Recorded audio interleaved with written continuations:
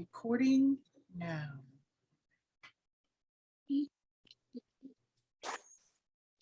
Sarah's mom is trying to open up the thing. Can you put that passcode? Can you type that into Liz for me? Thank you. All right. So, hi, Michelle. Hi. All right. Did you have a good day? It was all right. Good. You just touched the screen.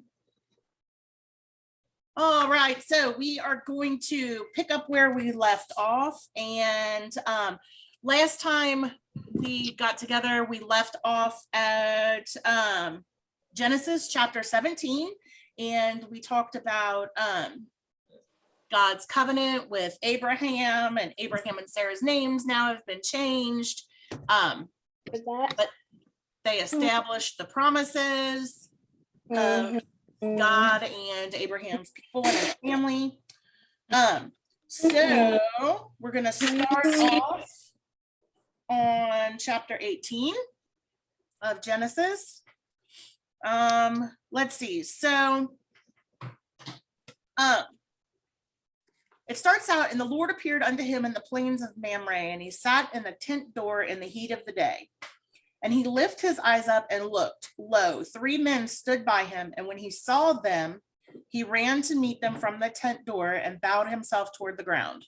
So right off the bat here, when I was reading this, I kind of thought it was different just because, like, I can't remember, really, I mean, more than the Garden of Eden and stuff, when God appears as a man. Like, I know he appears like as a bush and all this stuff, but I think that it's really awesome that he appears as a man, and Abraham knows who he is. So I just thought that was kind of different here, that, you know, he's got that connection with Abraham. I mean, I guess since the relationship and the promise and things like that, for him, you know, to actually appear as a man and then 2 angels with him. So that was something that just like jumped out at me as soon as I started reading on this chapter. What do you guys think about that?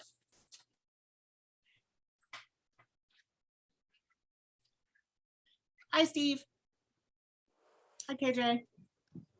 Anybody? Nobody have any thoughts on that? Nothing? That is interesting. Thank you, KJ. I appreciate that. There's my buddy right there, my support system. Love that kid. Do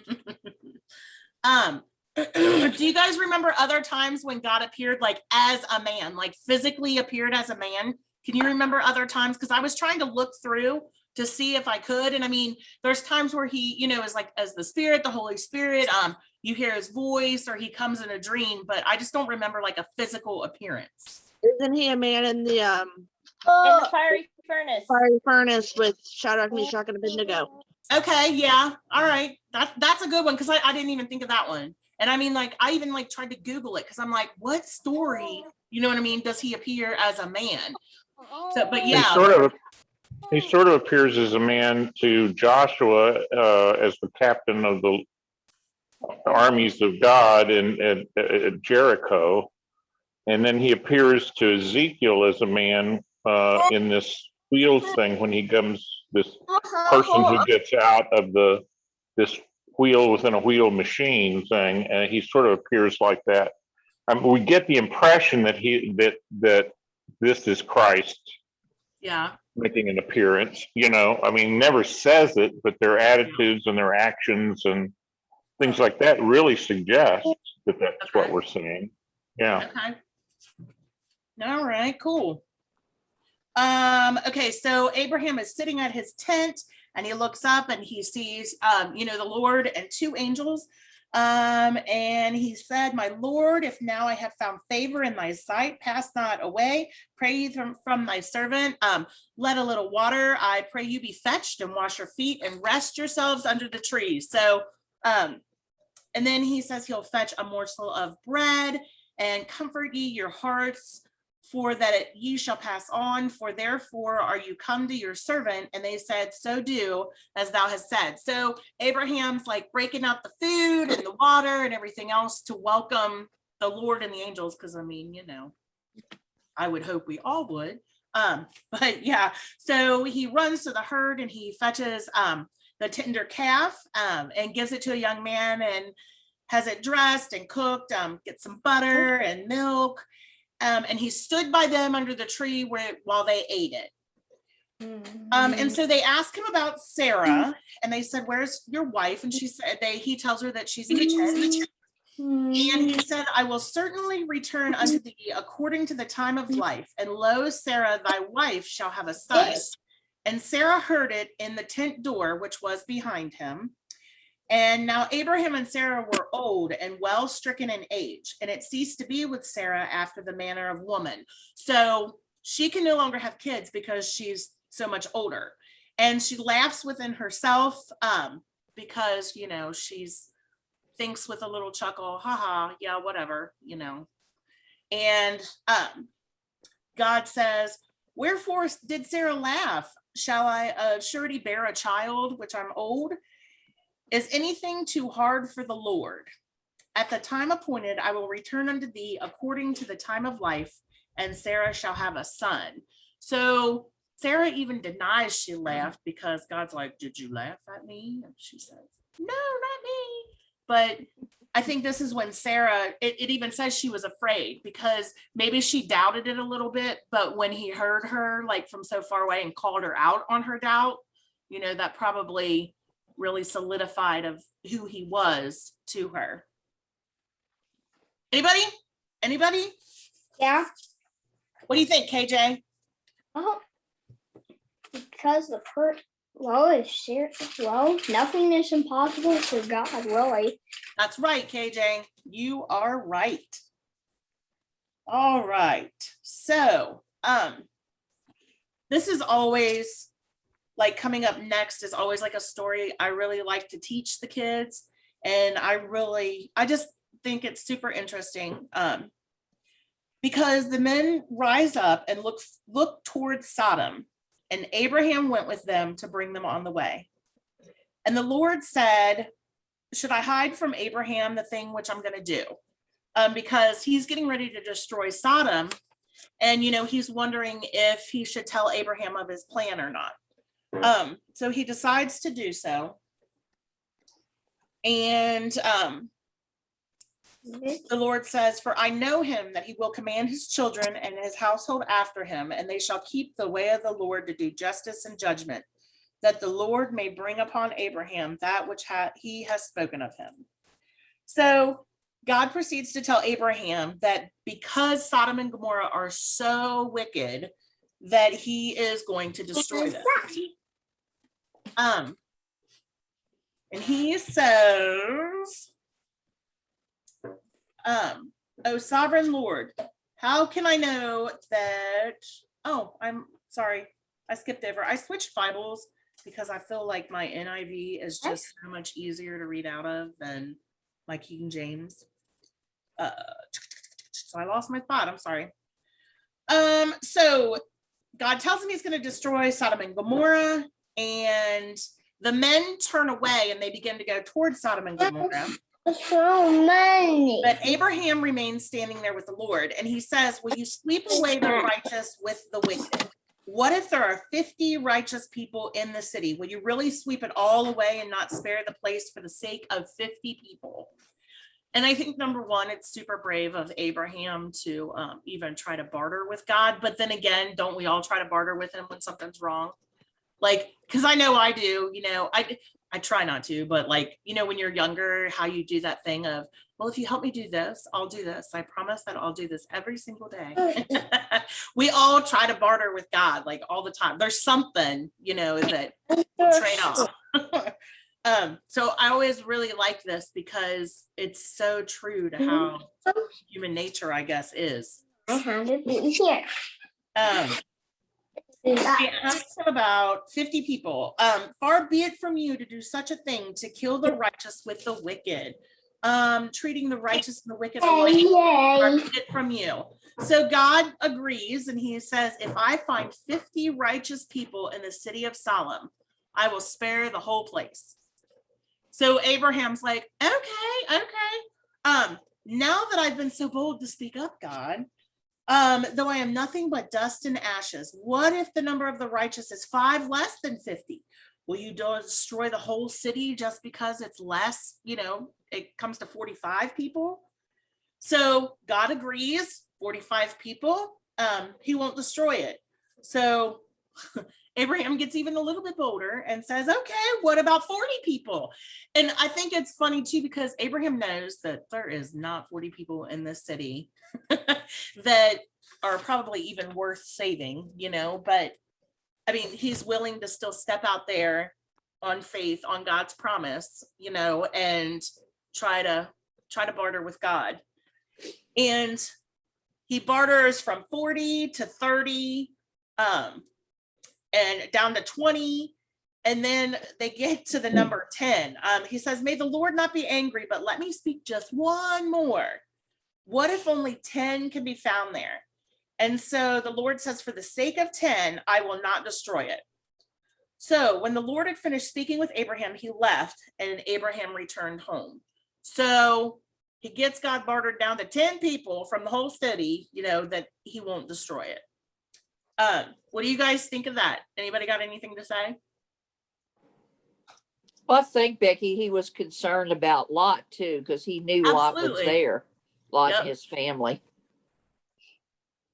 Yeah, I definitely think that too, because I mean, and Lot's family, they didn't have small families. So he knows he's got, because Lot's already got his 2 daughters and they're not that far that, Abraham doesn't know his family, so he probably realizes that they've got the daughters and Lot's wife and their husbands and you know what I mean? He may even Miss have other Becky? friends there. Yeah. Hey, Miss Becky. Yes, sir. Whoever said it, that they were, that Abraham was probably concerned about the city. Uh-huh. That's what I was thinking. Yeah. Exactly. Good minds think alike, KJ. That's Miss Cookie from church, KJ. Okay. Yeah, that's Cookie. Ah, all right. Oh, now he understands, Cookie. Great minds. That's right. Great minds think alike. Goodness. Hey, He has such good KJ's got a really good point there that that Abraham was really concerned, but he's establishing really something really remarkable here. And that, to me, it seems like he's saying, he knows God. Abraham knows God, and he can talk to him like a friend. And so he's asking this basic principle: will you destroy the righteous with the wicked? And the answer to that is no, I won't. And even for the sake of the righteous, I'll spare the whole thing. Yeah. But Abraham knows that in the time of Noah, there weren't very many, and they took them out. I don't know why Abraham quit at 10. Why didn't he just go to say, well, the only people I know righteous there is Lot and his family. Would you spare them? And I think God would probably say, yeah, I'll spare them, but I won't spare this. I'll take them out like he did with Noah. Because that's what that's a principle that he does not plan to destroy the righteous with the wicked. Yep. Definitely. Yep. All right. I doubt there's gonna be a dark storm on our day. Think so? I agree, Harley. I agree. All right. So the 2 angels arrive at Sodom in the evening, and Lot was sitting in the gateway of the city. So what this kind of tells me, like for Lot to be there waiting, that makes me think that Abraham already tried to warn them or something, because Lot, for him to be sitting in the gateway of the city, that makes me feel like he knows, he already knows something is going to happen. Lot was sitting in the gateway. Do you guys think that too? Or no? Because I don't think Sodom's that far, because Abraham can see it. You know what I mean? Did anybody else think that? Never thought of that, but that's a real interesting point, because it was common for the elders and the people to sit in the gate, but Oh, was it? he looks like he's anticipating. He's looking like, when he saw them, he rose to meet them. I mean, it's like he Yeah. was sort of anticipating. I think that's an interesting point. And he even says, like, my lords, please turn aside to your servant's house. Like the first thing he said is, come on, let's go to my house. You know what I mean? He don't even let him come in to the city. It's not like he's like, oh, welcome to the city. No, he's like, hi guys. He goes out to meet them and he's like, come on, come to my house. So that made me feel like somebody told them, you know what I mean? Like Abraham maybe sent a messenger, or I mean, something, I don't know, lots of righteous man. So maybe he's aware that something was going to happen. I don't know, maybe he felt it, maybe, you know, God talked to him. I have no idea, but it just made me think he was warned somehow. That's a neat point. Yeah, maybe he was just protecting them from the evil in the city. Just random people from coming in. No, you're right. He knew they were something of God. Yeah, He was like, I got to get you in my house to protect you from these Yeah. people. yeah.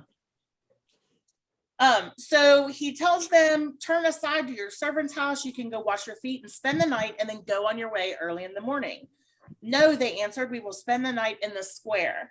But he insisted so strongly that they did go with him and entered the house. He prepared a meal for them, baking bread without yeast, and they ate. Before they had gone to bed, all the men from every part of the city of Sodom, both young and old, surrounded the house, and they called to Lot, where are the men who came to you tonight? Bring them out. And I'm just going to say so we can hurt them because we have children on the line. Lot went outside to meet them and shut the door behind him. And he said, no, my friends, don't do this wicked thing. I have 2 daughters who have never been with men, and let me bring them out to you and you can do what you like with them. Here's another point in this time frame. I just really don't get, you know, I don't know, because I'm a woman of this time and of this age. Like it always aggravates me how like women have no value. You know what Yeah. I mean? Oh, They were his daughters, and he didn't treat them with any respect at all. He's like, I oh, know. just like these. I mean, I get it that they're angels, you know what I'm saying? And I mean, I know he knows they're of God, but at the same time, he's like, here's my kids. You know what I mean? And he knows it's not going to be pleasant. Well, Sure. he had no respect for his daughters, but his daughters had no respect for him. They returned the favor like tenfold of no respect later on. Yeah, I mean, I get that part, but I'm just like, ugh. This family. Ugh.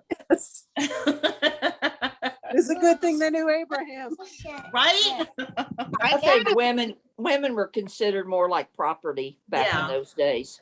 That's why I said the woman in me from, you know, this time and age, just like is, you know what I'm saying? Like, I'm just like, ugh. It's just so like, why weren't they, you know, even that important at all to not, you know what I mean, just be used like that. But Well, I the mean, like you parent said- in me has the same reaction. Like, those Yeah. are your daughters, and you're Yeah. just willing to turn them over to evil? yeah, like, Parent in me is not okay with that. I know, right?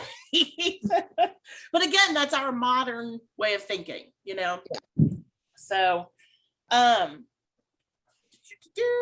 they replied, get out of our way. And they said, the fellow came here as an alien and now he wants to play judge. So now they're, you know, turning against Lot. And they said, we'll treat you worse than them. They kept bringing pressure on Lot and moved forward to break down the door. But the men inside reached out, pulled Lot back into the house and shut the door. And then they were struck, the men who were at the door of the house, young and old, with blindness, so they could not find the door. The 2 men said to Lot, do you have anyone else here, son-in-laws, sons or daughters, or anyone else in the city who belongs to you? Get them out of here because we're going to destroy the place. The outcry to the Lord against his people is so great that he has sent us to destroy it. So, I mean, it, you know, to me, that just shows the mercy of God. One more time, he's not only going to save Lot, who's the righteous, you know, he's going to save his family as well. He gives them that opportunity. He gives the opportunity to save the family as well. So that just shows me, you know, that mercy. Let's see. So Lot went out and spoke to his son-in-law who pledged to marry his daughters. And he said, hurry and get out of this place because the Lord is about to destroy the city. But his son-in-laws thought he was joking. Every time I read that part, they think he's joking. It pulls you back to Noah, you know, how nobody believed Noah and he was mocked. And it just pulls me straight back again to being a Christian and being mocked. And God's going to prove it. You know what I mean? But it's still so hard to stand up against those people that don't believe in it. You know what I mean? They don't believe in God's power. They don't believe in his healing, his grace, his mercy. But there's always going to be somebody there that's there to mock it, you know, and to try to come against it, even when God's trying to move. So it always makes me think of that.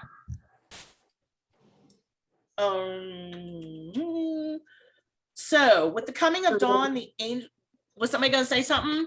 I was just gonna say it's yet again another example of how flesh works against spirit. Yeah. I mean, every single time, you know? And I mean, I think even in church when, you know, you're really trying to get in, like your flesh works against, because I can't tell you how many times I sit still and then my brain starts going, did I put that laundry in the dryer? You know, you know what I mean? And like, or something. And I'm like, no. And I have to like put my focus right back on. I just had a thought. Go for it. There's at least 2 sons-in-law, because it's called sons-in-law with daughters that were married. There's 2 daughters that are unmarried, virgins. Yeah, that's There's true. his wife. There's him. So if all you got to do is add 1 more daughter with a husband, and you got the 10 people that Abraham was talking about. Oh. Oh, interesting. Oh, you good, because here I was thinking that when he told him that he could have the daughters that were not wed, I just figured he lied. I swear I did. I was like, he must just be lying or something, you know, because then we've got when it talks about the sons, but I never did the math on it. I just thought it was because it says that they were due to be married. They were son-in-law. You know, it just makes sense that Abraham knew that Lot had 10 in his family, and that's where he stopped. Oh, yes. So, yeah, we've got Lot, the 2 daughters, Lot's wife, the 2 husbands. I'm sorry, I can't count. Do it. Lot, Well, there's Lot. There's Right. Lot's wife. right? There's the 2 daughters that were virgins in his house that he offered to throw out. Right? There are at least 2 daughters that are married, Yeah. because he talks about sons-in-law, plural. Yeah. So that's 8 at a minimum. Yeah. If you just add 1 more daughter with a husband, then you got the 10. I mean, that's true. And we don't know how many he's got. No, but he had at least 8 in the family, and Even if you Abraham do- stopped at 10. So Yeah. I wonder if he thought, you know, this guy know, you know, God knows who I'm talking about. I'm talking about the 10 of my family that's there, you know. Yeah. And I mean, even though too, you've why he got 2 stopped left it. over, that could have been the angels. They could have been the righteous. Could be, sure. Also, Lot would have had servants in his household to take care of his many, many, many possessions. That's part of the reason why Lot went one way and Abraham went the other. Lot had too much stuff and Abraham had too much stuff, and they all had servants to take care of that. So it could have been an inclusion of the servant members of the household as well in those numbers. He told his sons-in-laws who was pledged to his daughters. They weren't married yet. Sons-in-laws hadn't been wed yet. So Logan's going to disagree. Logan's over here arguing, and he won't get on the camera. Rude. But I think that's a good point, because I'm going to go with my dad on that. Yeah. Let's see, because Logan's saying, hold on, who were pledged to marry his daughters. So Logan's like, well, maybe they, what? They just weren't married yet. I don't know. Insignificance. I don't know. We shall move along. All right. So, so with the coming of the dawn, the angels urged Lot, saying, Miss Becky, What? I started saying wanted to talk to you. What? I thought say one to talk to you. Oh, Harley, I'm listening right now. Okay. All right, hold on just a second, Harley. All right, so the angels tell him to hurry up because dawn is coming, and they're going to be swept away if they don't get out now. When he hesitated, the men grabbed his hands and the hands of his wife and his 2 daughters and led them out safely out of the city. For the Lord was merciful to them. And as soon as they had brought him out, one of them said, "Flee for your lives. Don't look back. Don't stop anywhere in the plain. Flee to the mountains or you'll be swept away." Lot said to them, "No, my lords, please. Your servant has found favor in your eyes. But I can't flee to the mountains. The disaster will overtake me and I'll die." So I took that to mean just like he was physically not able to, he didn't think he was physically able to make it. So the angels, they say, "Very well, I'll grant your request, but flee quickly to a town that's local called Zoar." So by the time Lot reached Zoar, the sun had risen over the land, and then the Lord rained down burning sulfur on Sodom and Gomorrah from the Lord out of the heavens. Thus he overthrew the cities and the entire plain, including all those living in the cities and also the vegetation in the land. But Lot's wife looked back and she became a pillar of salt. I always think about this and I'm like, I wonder if that, because it says it rained the fire and stuff rained from heaven, and that always makes me think of like a volcano or something, something exploding or a meteor shower or something, I have no idea, but that's what it always makes me think of. There is, I know you're not much into science, but there is scientific evidence that there was a very large meteor hit that area, and just Really? because it was, the theory is that whole area on the south side of the Dead Sea, there where Sodom and Gomorrah was, which is now nothing but just all dead and salt. But that whole area was a lush garden area. It was the continuation of the Jordan River Valley all the way down there. It was very lush, but there is evidence of a large meteor strike in that area right there at about that time, and it turned it all to salt and nothing except Dead Sea and salt. That's a salt wasteland. Yes. That's really Isn't interesting. that wild? Yeah, no, I like stuff like that because I think it just it points back to making the Bible factual. You know what I mean? Like there's all those little things that all line up, and that just makes it make more sense. So I do like to know things like that. I like to know those types of things. I was kind of wondering why, maybe why it was salt, that she was turned into. And when I looked into some biblical references of salt, I found that it was, besides being a very valued commodity, it was one of those things that was required as part of the sacrifice when sacrifices were made to God, that salt had to be involved in it because it was so valuable.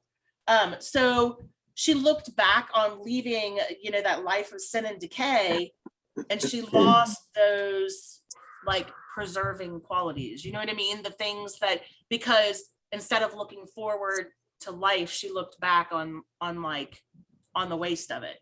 So it just, to me, the salt reference, just looking it up, I thought that was kind of really interesting at how, it's part of the sacrifice. I just think that's got to mean something, with it being part of what was required. Not to mention all the salt that's located in that area, huh, Dan?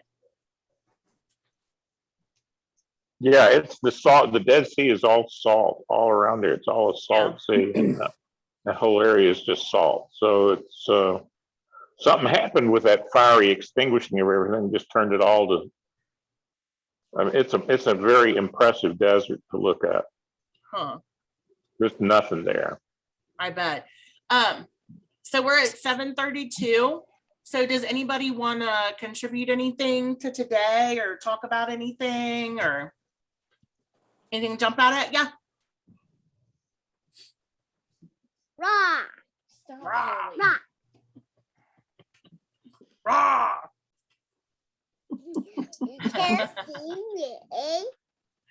Well, the one thing that jumps out at me, Becky, is the incredible interest of the little people there in Yes. what's going on and keeping up. That is amazing and it's wonderful.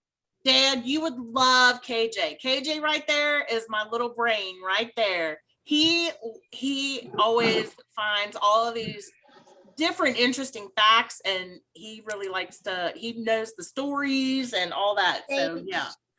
Thank you. You're Sweet. welcome. Yes, they are very good at it. That's sweet. That's good. Hey, Messina, Logan wants to know what Chloe thinks about it. Chloe has lots of deep and intellectual and confounding thoughts that are probably are all correct, but She looks she lacks the ability to share them. goodness. Look at that face. That's just, I know. great. she's a cutie. That's beautiful. Oh, silly. Can you say Well, you guys, thank you so much for hopping on tonight. We will pick up here again next week, right? I hope everybody has a good weekend. Does anybody have anything to add? Craziness. Thanks for my reminder, Becky. I had forgotten. I had to tell you that my dad was going to be on here tonight because, see, Dad, everybody likes the scientific facts. We want to know. Oh, that. yes. Your Yes. dad has some very interesting information. I have more useless information in my brain than you can imagine. But Just it's keep not sharing. useless. We No, find it fascinating. keep sharing it, because that's one thing that I remember more than some Yeah. other points is when you can prove it with facts in the world that the Bible is true. Yep. Oh, yeah. Oh, it's fun. Stephen had login problems. He can hear but not talk. Oh, Steve, well, thank you for joining us tonight. I've seen you pop in and out every now and again. All right. Well, we'll jump off here then before we get cut off. And I hope everybody has a good weekend. Thanks, for Becky, for coming on. leading. Bye, you Thanks, guys. Bye. Thanks, Leah, Becky. Bye, everyone.